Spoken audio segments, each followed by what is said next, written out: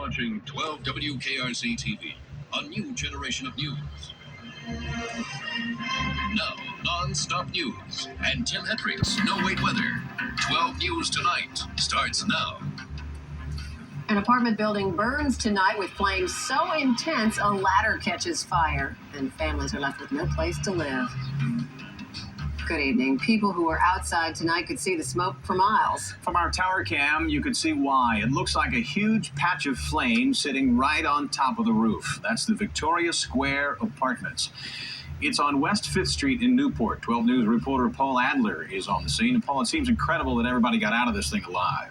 It sure does, Rob. 18 apartments, 18 families all made it out safely, but there is quite a bit of damage to this building tonight. For instance, the roof is gone. On the third floor, those apartments are heavily damaged. Now, firefighters tell me on the second floor, they were able to put salvage covers over TVs, VCRs, and bedding. They also tell me that if there had been fire stops in the attic, there would have been substantially less damage tonight. The flames fascinated a crowd of people in Newport, but those same flames horrified a nurse's aide and a drywaller. Patricia Prophet first knew she had trouble when she came home tonight. I smelled smoke, and I told Jay, I said, I smell something on fire.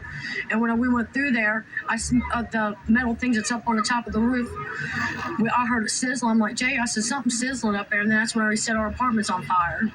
I think we lost everything we had, everything we worked for. So hard. Gone. People, birds, and dogs all made it out safely. Still, those burned out are finding it tough to be thankful. Me and my wife both work hard. I mean, it may not be the best neighborhood, but we work hard for what we've got, and I figured I've lost it all. Firefighters believe the structure of the building gave the fire an easy run through the roof.